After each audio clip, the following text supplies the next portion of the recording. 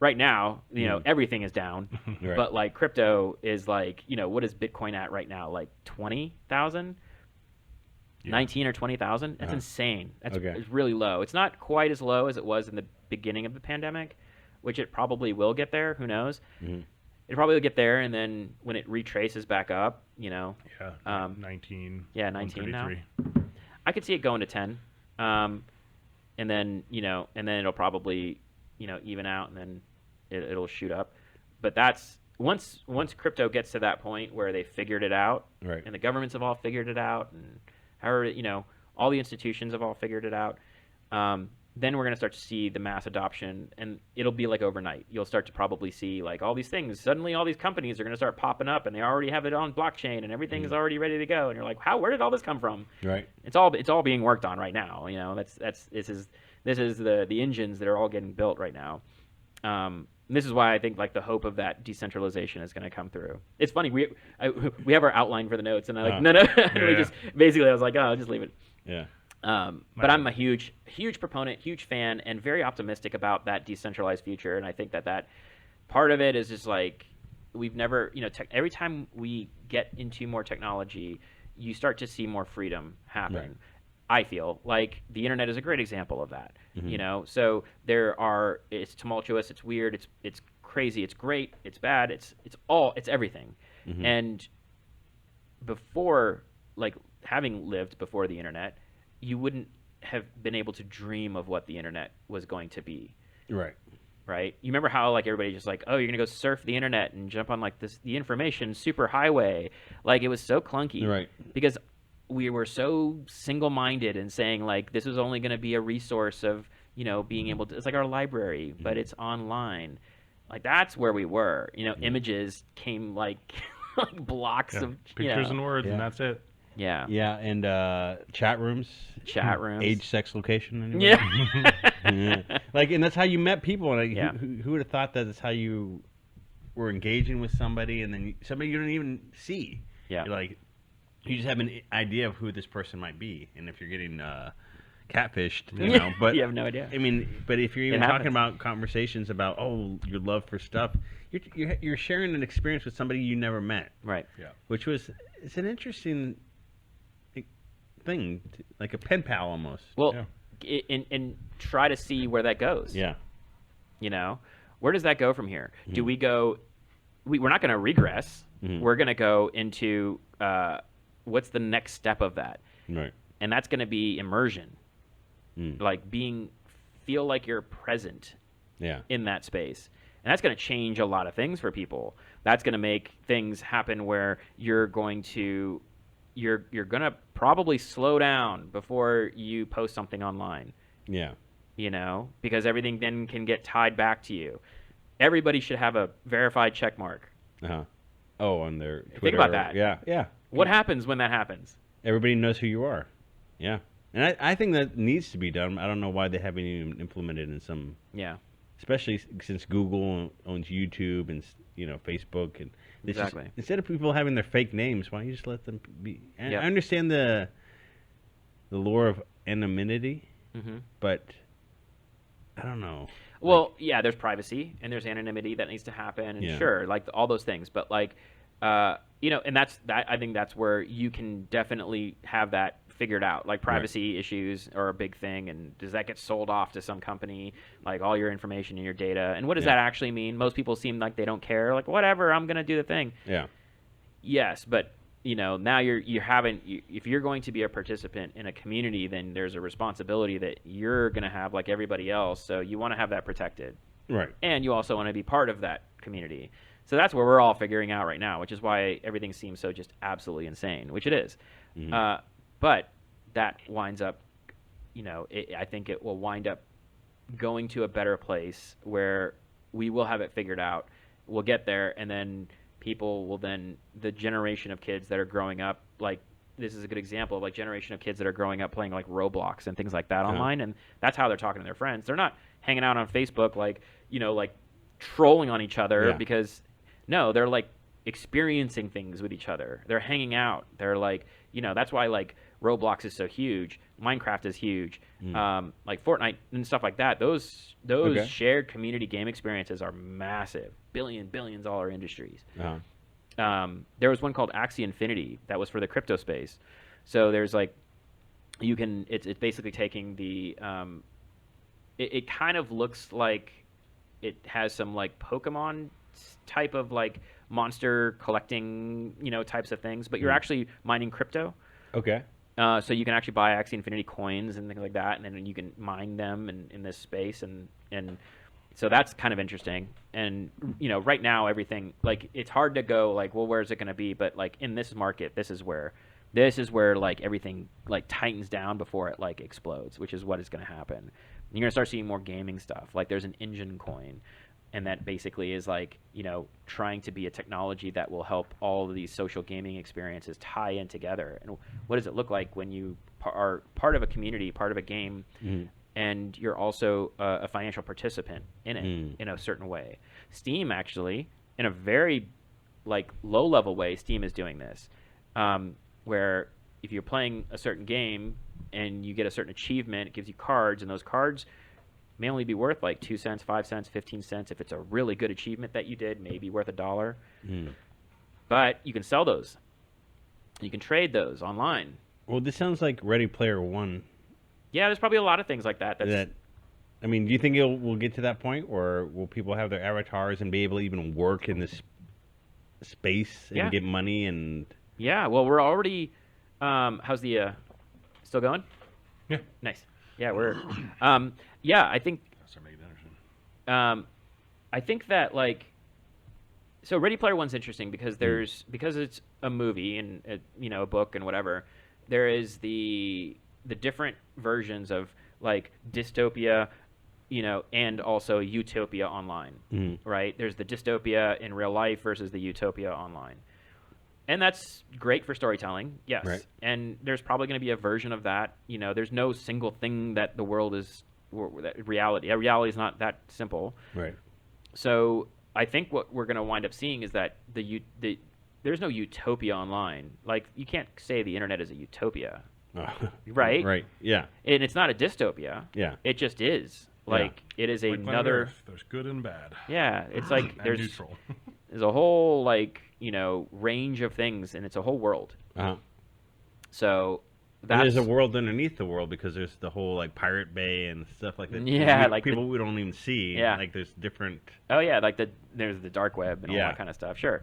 Yeah, there's dark pockets. Then there's mainstream things like being able to order something on Amazon and go like, cool, I don't have to go out and get it, and it's cheaper.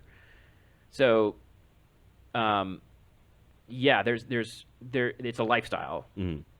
And because of the internet and because of our phones, we're constantly on our phones. See, look at him. Yeah. Constantly on our phones. Right. So what does that mean going forward? It means that how do we go away from disengagement to engagement and still do that? Now, it's going to take a brain shift, and it'll probably take some actual technology like glasses and some type of brain interface so that we can engage in reality, in like reality plus. And the experiences of VR are those getaways. Those are our arcades. Those are our movie theaters. Those are all those things. I mean, that's where I see it going. And what does that mean for reality? Well, it's like the reality will change. Maybe malls will become something else. Maybe you'll have QR codes that will. Have you played the game Watch Dogs? Not yet. Oh, okay. There's an interesting thing in Watch Dogs where you can actually, like, as you're going to do your thing, you can play these AR games in it that give you those experiences because you're tapping into. Yeah. So it's cool, but I feel like there's going to be like AR parks. Okay. Right. So just like look at Pokemon Go is a great example. How many, remember when Pokemon Go was a big thing? Everybody went out with their phones and it was right when the pandemic happened and like people didn't work, so I'd be walking at night, exercising. There'd be groups of like 20 people who didn't know each other. Yeah. Who are all just like trying to catch the same. Yeah, it did have like a resurgence because I think it originally it happened before like too. 2015, 2016 it came out. Yeah. And it was like everybody, and then I think it was like another wave during the beginning of the pandemic, which was funny. But speaking of games, you know what? My buddy Adam and Barbie introduced me to Detroit. Become Human. Is that the one where you have you play three different characters and And you they're all kind of like androids? yeah. That was a fun game. It's almost Very like cinematic, a too. choose your own adventure style. Yeah. Because like we want to complete the game and then we all want to switch characters. Yeah. We just hand off the controller. Okay, I'm this character. Yeah. You play this character and you play this character. Story. Yeah, there's I think the makers of like Until Dawn. There's some horror ones. Actually, I have them. We should probably try it later. Okay. But it's the same thing where we can have a controller and we play through this experience. There's one like The Exorcist. Actually, that's a really cool one. Well, if it's like The Exorcist, I want to play this because Yeah. being religion major, I'm like, Yeah. let's see if I can get this demon. Well, what's cool is that it actually starts off in ancient. Oh. Yeah, so I'll leave Okay. it at that. Okay. So the story's cool, and I haven't played past that because I was like, oh man, we should do this like as a group kind of Yeah, thing or no. whatever. We could do it on the big screen maybe. Yeah. Oh, so sorry. Speaking of video games and like what the progression of technology, but also what's old is new is old is new again. I started playing, and I'll probably start streaming next week. The new Teenage Mutant Ninja Turtles Shredder's Revenge. Nice. It is the best thing ever. What? But it is weird because you went from like you went from the arcade where you had I think max 2-player for the old Turtle arcade games. So like, What if we played on that with the joysticks? maybe like we could. arcade But, sticks? I'll eventually get it for Steam when the Steam Deck arrives. But I got it for Switch just because I had it, and you can play up to 6 players co-op like arcade style. Nice. But they can all drop in Yeah. with your Switches. I Love think it. online and local. That's so cool. But that game is made with love. Like Nice. all the weird sub characters that have Yeah. like one episode of the TV show. They're Uh-huh. even in it. It's really well put together. And I feel like a lot of games that like just lean on nostalgia never quite deliver. This one, I guess, the perfect balance of the stuff you remember, but like quality of life upgrades and like just a little bit more stuff going on than just the standard gameplay that the Turtles in Time had. But Nice. it's so good. So have you heard? You know what the Steam Deck is? No. Oh, dude. So I'm actually getting mine tomorrow, apparently. Okay. Super stoked. Valve came up with their version of a mobile, portable, PC-based gaming system. But Okay. it's a computer, but it's basically like a Switch, but bigger. Okay. And it has all the features that, and it has a custom processor that runs it all and all that. So we both ordered it, and actually Sarah also, we ordered it that morning when it went online, and I'm just now getting it. Wow. This is Q2, and I got the 512 gig version, which is like it's the slowest one that's moving right now. You should be getting yours next month probably. Yeah, most likely next month. So we're waiting on these things, and it's a great because we're like, oh my gosh, finally I got to order. And you get like 3 days once you get like, hey, you're available to order and place your order. And there's a whole community online, Reddit and like Facebook groups, and we're all like, everybody's figuring out how to use these things in ways that like they're putting Windows on and they're putting their own games on. Some people have hooked up graphics tablets and use it as like content creation because it's a computer. But it's also a computer with love because it's a gaming system and you want to take it everywhere with you and play, but also you can work on it. You can plug in stuff and put it on your screen, and it's adaptable to all those things. This is what's cool. And this is going to wind up like taking the mobile gaming part of it and making it more of just like gaming, just wherever you are, and socializing the gaming experience. Like I was watching Sarah play we'll say the new God of War, but the latest God of War, the fourth one, that was only on PS4 and then PS5 and then like the PC. That's the one with the sun. Yeah, Okay. she's playing that on wow. mobile, and it's great. Wow. And you're looking at that going like, this shouldn't, like right now, like the technology is there now to have it, but it looks beautiful. So that's an interesting, just iterative step that I think 100% everybody is clamoring for in that experience, and it's gangbusters. Like everybody is like waiting for this thing, and then it's going to allow more games to be made. More indies are going to want to get in the game and start making things because this love of this new system and these new systems. There's different. Aya Neo is another one, and they have Android versions. Like mobile gamings have like made an interesting comeback in different ways. Like there's the new like Nintendo Watch games.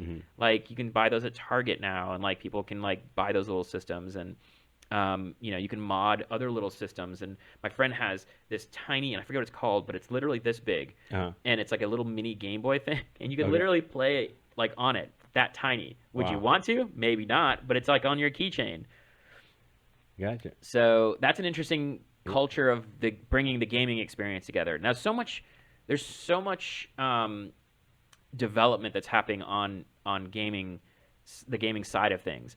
What's happening on the movie side of things? This is like, I'll just keep coming right back to it, where it's like when we start getting the ability to want to create more stories, and they don't have to all be 1.5 hour experiences. They can be 5 minute, 10 minute, 1 minute, whatever. Yeah. And everybody starts creating more of that. Like YouTube is really the only place people are going to get that type of content, right? But it's not really that type of content. We're seeing that, but it's so much of other things. But it's centralized as well. Right. So we're going to get to that point, I feel like, where we're going to start seeing all those variances of little micro studio types of things where people can make their own stuff. It goes online, it becomes an NFT, and then that way the community that supports it also benefits financially, but they're also supporting the content creators, and content creators are going to support other content creators, and it's going to be a back and forth thing. That's where we're going to see the movie, TV, whatever. We're calling it movies and TV. What's really the difference? You think about it. Are we calling movies because we know movies are an hour and a half to 2 hours? I know are we just, now is it just the block of time? David Lynch calls Twin Peaks: The Return an 8-hour movie. Yeah. Or 18-hour movie, whatever long episodes that is. Yeah. Like Stranger Things, that's essentially like a 10-hour, 12-hour movie. Well, you think that TV shows are different from movies is because TV shows have characters, and then you keep putting them in different situations? Well, that's a formula. That's episodic. Yeah. Right? So there's different things, right? I don't know if you watched Love, Death, and Robots. No, not yet. Oh, so good. Okay. You need to see it. We should watch a couple episodes. Okay. What's interesting is that's an anthology. Right. So you have, you've got books that do the same thing, right? Short stories, a book of short stories that are all themed to something. And this one is like Love, Death, and Robots. So it's like, it's animation that can be very, very, like, you have do whatever you want kind of thing. So and it's all, people can make it violent, they can make it whatever they want. Some unbelievably amazing visual experiences that you're seeing in these, and the stories just can go. This is true sci-fi. Okay. Like, if you really think about it, what is science fiction? In science fiction is that ability to tell some type of a human story, you hope, but with massive ideas about the universe. That's the idea of science fiction, right? You're hoping, and then there's hard sci-fi and fantasy and all the variances, but that's what you're trying to do.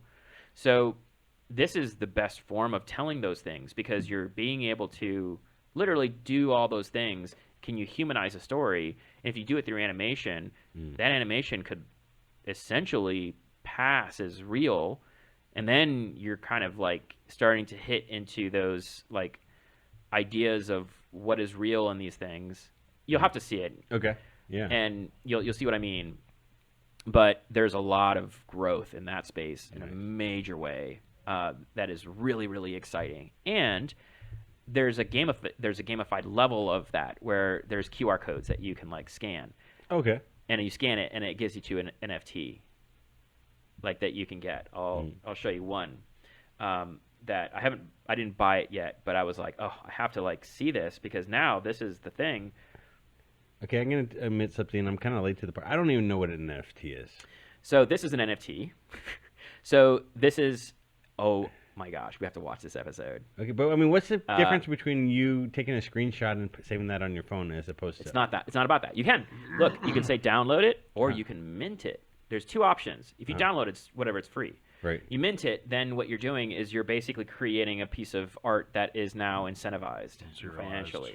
Yep, and serialized, and it's now you now own it. But you can own it by just downloading it. Right. So I don't get the difference. Minting it adds all of that backbone that says this is the official thing that you get. Here's a good example. I was to say, let's say in real life you have a painting. You go, I'm gonna sell this painting, and someone goes, well, okay, well, what is it? And you can tell them whatever you want about it. If you have, I don't know, I mean, I know they do it like Pokemon cards, and I know art collectors do it too. They have like, oh, this art house says like this is a actual Monet. Having that art house back it and say this is legit, this is real, and obviously there's scams and all sorts of stuff. But typically you can say like, oh, we can trust this thing. There's an added layer of trust and like the vintage and the heritage or whatever. I feel like it's kind of like that, where it's like instead of just like, oh my god, the painting. I mean, like, well, I like the painting. It adds more than just the painting. It's, oh, that was painted by so and so, and there's a history to it, and there's a validity to it beyond just I'm an artist and I made this. It's which the one isn't like better or worse. It's just like, well, what do you want? Do you want just a painting that some local artist made? That's cool. Or do you want a Monet? It depends on what you're looking for. I guess my question is because like a painting you can you can physically hold. Yeah. This thing that is on the internet. Well, okay. You can, what is a domain name that you own, right? Or you could say digital property. I think to say something that's physical versus digital is one argument. Web store? Yeah. What is anything that you own online? Like you can say a company. But some of them... is that an asset? That's like a thing that you're providing a service, and like yes, you can track that. So digital property is interesting because there's no going back unless we completely get rid of electricity and the internet and computers, which we're not. So we're only going to go forward. So as to you basically has to be the baseline. Is like, look, computers exist. The internet exists. Let's move on from that. Where do we go from that? Now, where do we go from that is we go, well, there's the Ready Player One of like buying digital clothes and stuff like that. That's sure. But what's the real value add? And the real value add is that if I'm going to be a content creator in this space, then I go, oh, well, I'm going to basically go, I need to, how do I monetize in this thing? How do I create, if I create an image and I want to sell it so that other people want to have and own a part of that image, then you've created a community. And you're not going, I'm going to create an image that is for this company, then they're going to sell it for me, or a piece of music, or a movie, or a game, or anything like that. So... anyways, lots of other conversations to have with it. The girls are back from swimming, so maybe we should wrap this thing up. Yeah. No, but yeah, I could talk about NFTs and stuff like that for hours. Well, I mean, totally can. I'm really late to the party on a lot of things because you're talking about gaming. And especially like cell phone gaming, I just downloaded Candy Crush. Like I'm way late. Oh yeah, you were definitely way late to the party. Yeah, that's okay. No, but there's no early or late. I know, but I'm the guy that always is late to the party for some stuff, except movies. I'm way ahead of the curve in TV shows. Movies more than TV shows than my friends. But like, I'm just like I'm playing Candy Crush right now, and I'm like, man, this is amazing. Why didn't I discover this game like 5 years ago? That's hilarious. But there's lots of conversations around the mobile gaming space that I think are really, really cool, especially when it comes to like some type of like ARG experience. Like there's lots of, and there's some interesting case studies of things that have done right. Yeah. So yeah, I think that's an actually really interesting way of form of storytelling as well as like the ARG experience. Yeah, well, I'll have to show you some of those, but. NFTs, this is an ongoing conversation for sure. Yeah. And I think like to get your head into it we're all figuring it out. Everybody's like trying to, but there's a possibility of being able to be part of something that is new and exciting. That's one part of it. But on top of that, it's really being part of a movement that is great for everybody. I don't know I don't know of a bad thing that NFTs are for that anybody can make the example of saying, well, this won't work. Like, why won't it work? Like, we could start with those conversations, and maybe that's something to think about. I would love to have those conversations where people are going, well, NFTs, this is just a bunch of like vaporware. You can't really say that. You can say you could say that about the internet. You could say that about anything that's new. But when you have a massive movement behind it, with people that are creating real technology and real infrastructure that is backing this thing of blockchain and security, it's going to change everything online. And it will also make everybody accountable. It will also take away a lot of the ethereal things that we don't trust. It does a lot of things. Like I said, that's a much longer conversation I think that we can have. And especially in the NFT space, as a content creator, gold. Like, that is your gold, because you do not have to, potentially, you don't have to sell your thing to the bigger thing and let them handle all of your administration. Patreon. Patreon's a great example. Yeah. How did Patreon come out? Yeah. Like, and a funny thing, OnlyFans, NFTs could replace it. Yeah, OnlyFans has a bad name, but OnlyFans is another version of Patreon. OnlyFans is trying to be Patreon. They just came out during COVID and a lot of other seedy stuff, and I'll say seedy, but it allowed people to create their own channels, whatever those channels may be. And John, how many of those channels are you subscribed to? Oh yeah, John, how many? Sex work is valid work. Yes, exactly. But that's what it is, right? Patreon. And those types of things that is an inch forward in allowing people to self-distribute, self-publish, whatever it is. I get you now. NFTs now that's the thing where you're like, yeah, it has to be an NFT. There's no, why wouldn't you make it an NFT is really the thing. Especially all of our phones and our glasses or whatever in the future are going to be linked to some type of digital wallet. That digital wallet is going to basically account for all of those investments that you're going to have. The stock market, if you think about the stock market, imagine investing in content as your stock. That's another way to look at it, right? So if I were to say there is this really hot director and they're going to blow up in like 3 years and whatever, you're like, yep, I'm kickstarting it. Ah, okay. Now, kickstarting it, they give you incentives. They're like, hey, if you're part of this Kickstarter, then we'll do some extra things. You'll get it on cheaper. We just no, whatever. Maybe make you an executive producer at a certain level, like that type of Okay. Yeah. And then what happens if you own now that piece of property that is like, hey, this is the thing, and you're like, okay, well, maybe down the line I want to sell it. And there's another super fan that's like, man, I know they only made like a certain amount and I missed out on it, but somebody's selling theirs. And then they buy yours. Right. The original creator gets a portion of that royalty every time it changes hands. So that's part of the technology that goes into it. Gotcha. Okay. It's cool stuff. Yeah. Yeah, it's super cool stuff.